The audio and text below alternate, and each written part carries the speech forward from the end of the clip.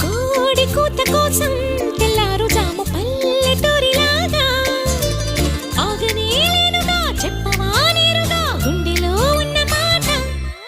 ఏ ఒకటి రెండు మూడు అంటూ అరే ఒక్కో క్షణాలు